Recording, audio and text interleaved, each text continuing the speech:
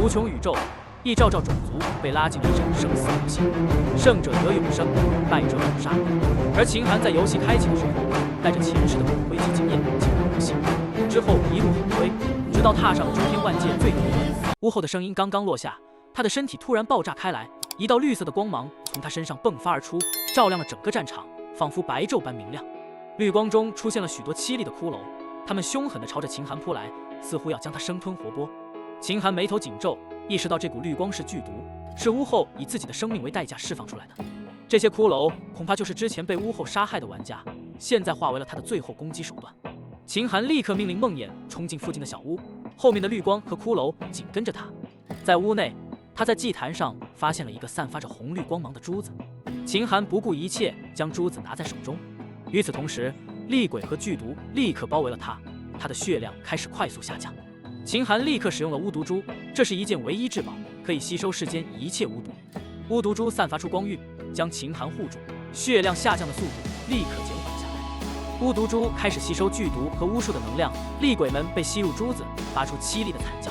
短短几秒钟后，战场恢复了平静，巫毒珠的属性再次发生了变化，现在它附带了攻击效果，可以持续对敌人造成剧毒伤害。秦寒获得了首杀特殊 BOSS 上古巫后的奖励，以及唯一性至宝，获得了一定的天道值奖励。在游戏世界中，这一消息引起了轰动，许多玩家都感到沮丧和嫉妒。对于秦寒来说，这次战斗并不是白费的，他获得了巫毒珠和一些珍贵的装备，其中包括上古皮甲套装，这些装备大大提高了他的能力和生存能力。只是很可惜，没有将上古套装都爆出来，不然属性还能再上一个台阶。巫后这种特殊 BOSS 在被击杀一次后，所有的巫后分身都失去了提升能力的机会，再次刷新时，他就只是一个普通的首领级怪物了。无论是杀他一次还是10次100次，都不再具备之前的威胁。而且，即使不能直接击杀，以后在世界交易频道开启时，也可以与其他玩家进行交易。即使爆率再低，万界之中总有人能够获得其他部件。检查完战利品后，秦寒没有立即离开，而是充满期待地走进了巫后的房间。作为上古巫后，他的房间应该会有一些有价值的东西吧。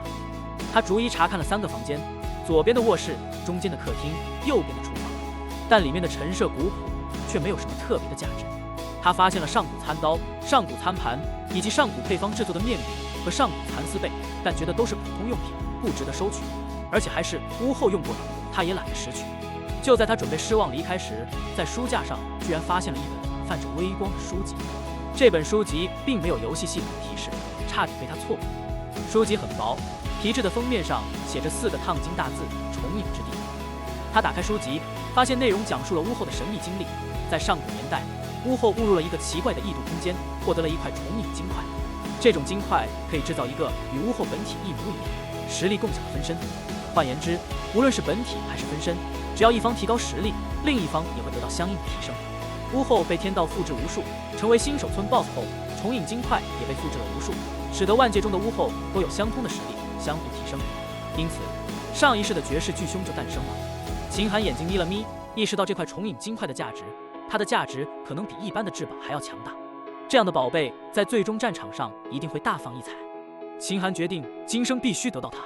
可惜古神域是后期地图，他暂时还没有足够的实力前往，他只能暂时将书收进马鞍包，骑上梦魇疾驰而去，还有许多事情要做。688新手村内，野牛草原深处，刘狂不断刷野牛升级。他幸运地遇到了一个庞大的野牛群，使他的升级速度非常迅速。当这群野牛被杀完时，刘狂成功升到了3级。恭喜本村玩家刘狂率先升到3级，奖励体质点+1。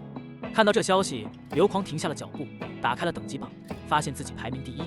此外，还有10个玩家达到了2级，其余大部分仍然是1级，甚至还有0级的玩家。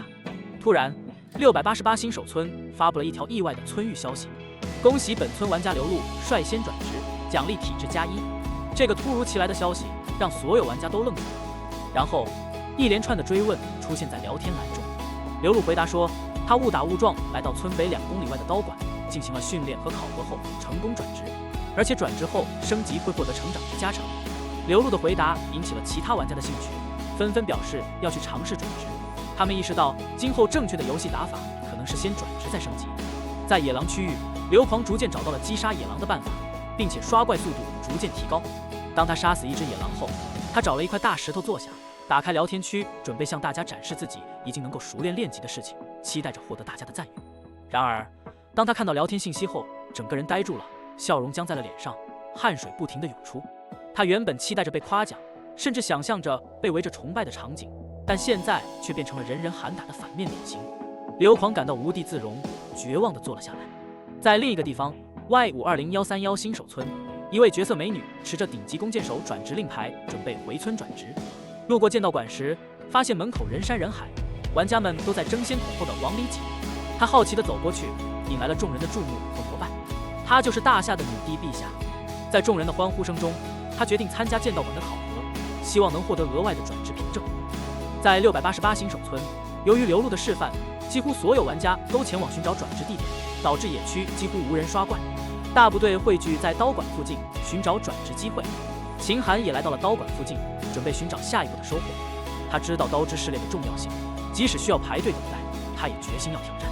秦寒在刀馆门口拿到了试炼令牌，然后找了一棵树坐下，等待排队。刀道馆外，镜像中的一个玩家成功通过了第3关。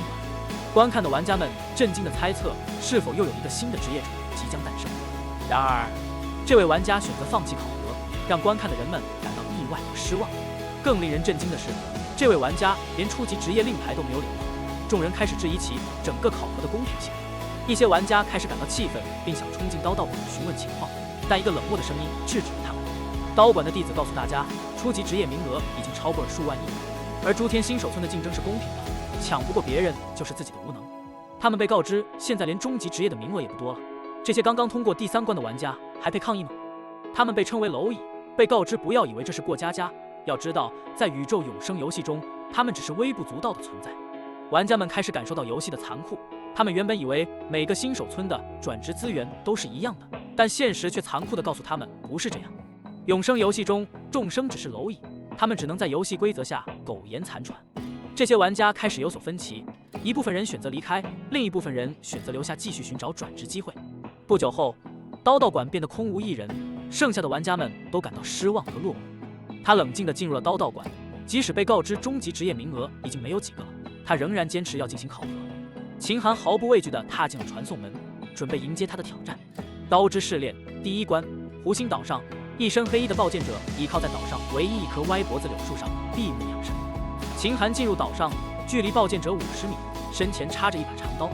100秒的倒计时在天幕上不断跳动着数字。秦寒没有立即动手，而是转身跳进身后的湖水中。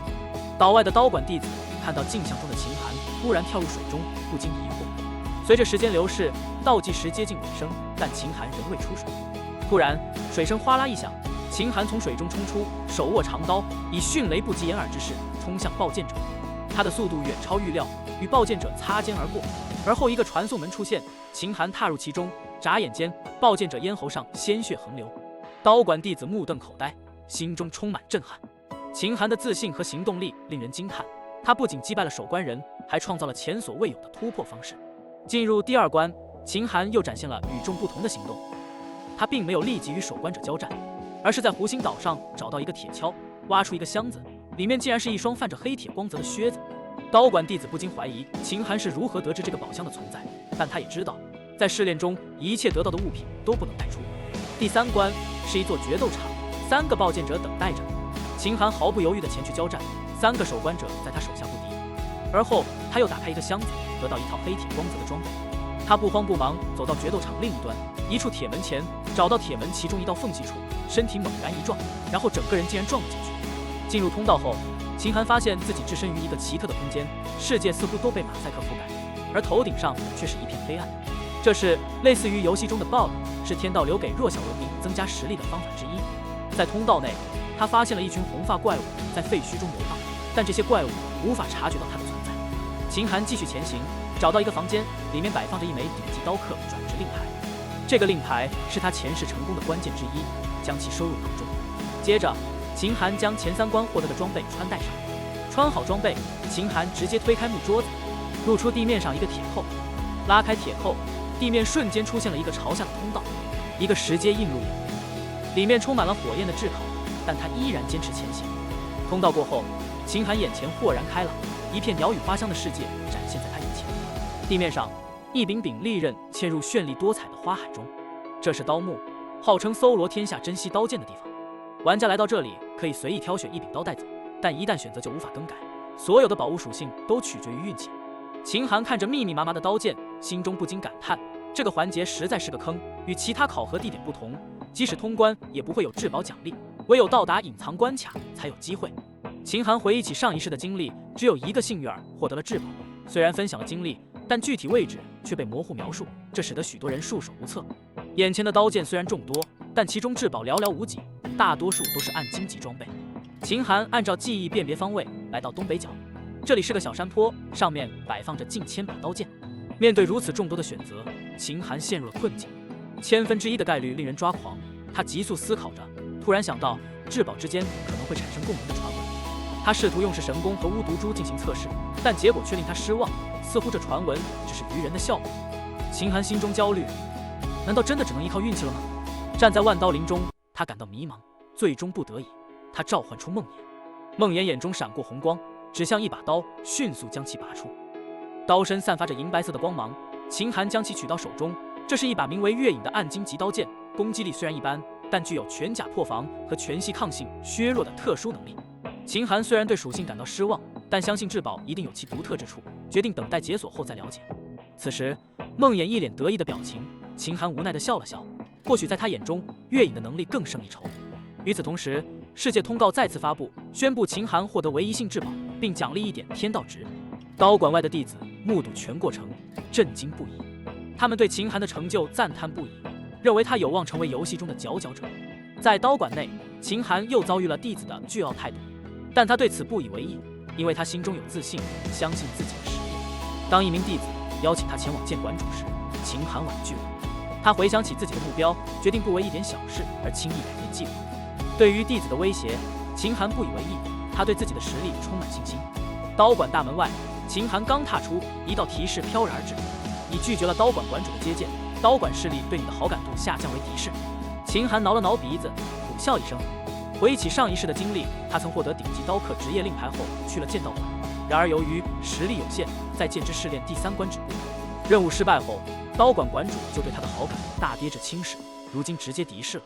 不过既然已经得到职业令牌和至宝，刀馆也无甚可取，反正不会再光顾，无所谓了。心情悠然，秦寒骑着梦魇轻松地返回新手村。回程途中，一则世界通告再次出现，恭喜玩家江宁雪率先转职圣级职业，奖励天道值1点。紧接着又一条通告，恭喜玩家江宁雪获得唯一至宝，奖励天道值1点。在新手村的转职祭坛，江宁雪手持一把雪白长弓，身上散发着金色的圣级职业光环。她面带微笑，没想到2个职业令牌竟能转职成圣级。更令人意外，第一个转职圣级职业的人，居然还得到一个至宝。看来谨慎果然没错。他望着至宝和圣级职业的属性，露出震惊之色。雪神功，来自无尽雪域的超级神物，攻击力100冰冻，攻击附带100点冰冻伤害，持续10秒。冰元素削弱，减弱50%。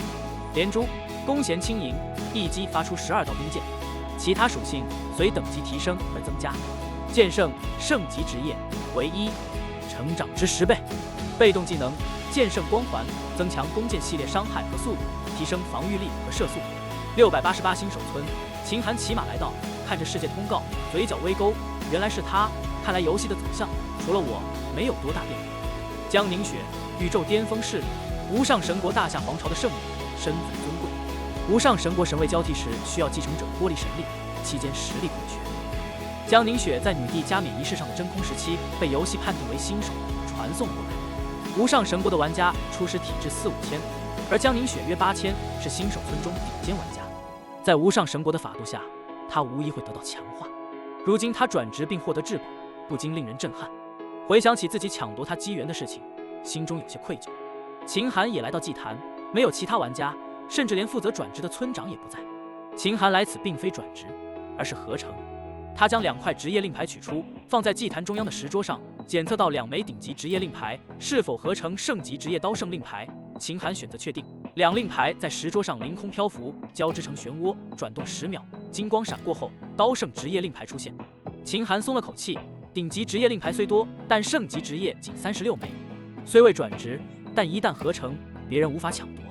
刀圣职业属性他已知，包括成长值10倍、刀系兵器属性100%增加等。圣级职业只是起点，还有神级职业，上一世并无人获得。合成方式简单：圣级职业令牌加隐藏职业令牌。神级职业的出现将是游戏的新高度。游戏中隐藏的职业令牌被称为万界唯一，其稀有性和强大程度令所有玩家趋之若鹜。上一世的玩家获得这些令牌大多是偶然事件，如钓鱼、刷怪，甚至是迷路接任务，机会十分罕见。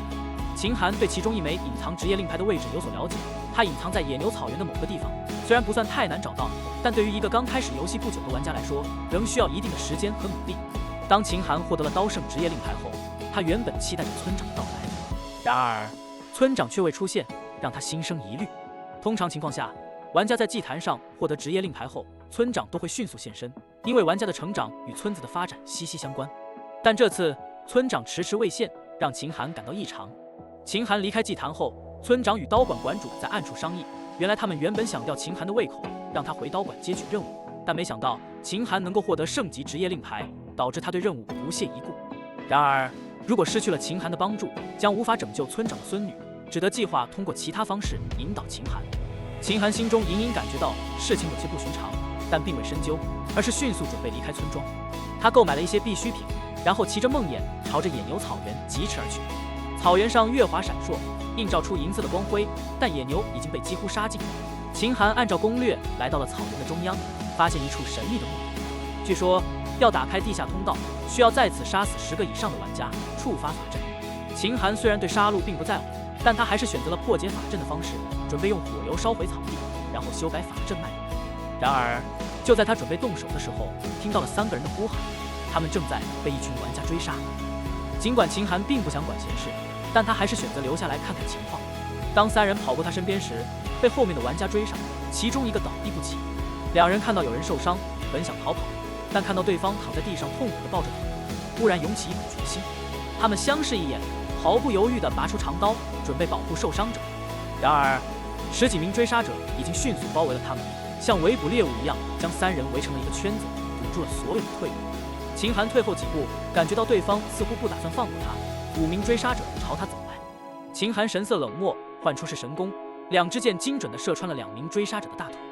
他冰冷的声音警告道：“再敢靠近一步，就死定了。”追杀者们被秦寒的果断和强势震慑住了，但仍然决定继续前进。一个梳着马尾辫的女孩走出人群，面带天真的笑容，向秦寒解释道：“他们并没有恶意。”但被围困的3人立刻反驳称他们是被欺骗出村的。秦寒听到关于杀人爆装备的事情后，表情冷漠如冰。他深知游戏中存在着一群冷酷无情的玩家，他们利用各种手段来夺取他人的装备和生命。上一世，秦寒并未参与这些事件，但他对这种践踏底线的行为无法容忍。他射出一连串致命的箭矢，迅速击倒了大部分追杀者。追杀者们惊恐地发现，他们眼中的软柿子竟然如此强大，立刻决定逃跑。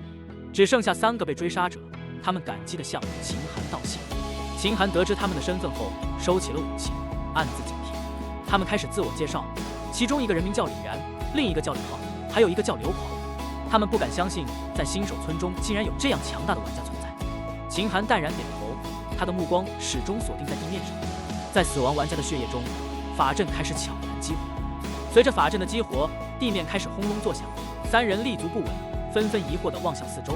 李然和李浩迅速搀扶着刘狂往一旁走，避开了潜在的危险。不久，地面破土而出，尸体被推开，一个木门状的物体显露出来，门口伸出一道向下的楼梯。秦寒骑着梦魇，毫不犹豫地冲进了墓地。刘狂3人则面面相觑，感到这一切非常奇怪。他们讨论起这个神秘地点的来历，李然推测这或许是这位强者的目的地，而他们只是碰巧受益了。他们决定暂时不去打扰秦寒，而是返回村庄。刘狂感慨地说道：“之前他还以为朋友们会抛弃他，但现在看来，他们还是一起相助。”他们将地上的装备收集起来，暂时保管起来，以后再做打算。李然突然想起早上在草原边上曾遇到过一个与今天的救他们的大佬相似的人，而李浩也觉得有些眼熟。最后，他们惊恐地吐出了一个名字：秦寒。在墓地深处，秦寒面对着牧羊，轻松地解决了他们。他得知每一层都有5个向下的通道，必须正确选择通道才能到达最底层。秦寒回忆起攻略上的顺序，准备挑战最后的 BOSS。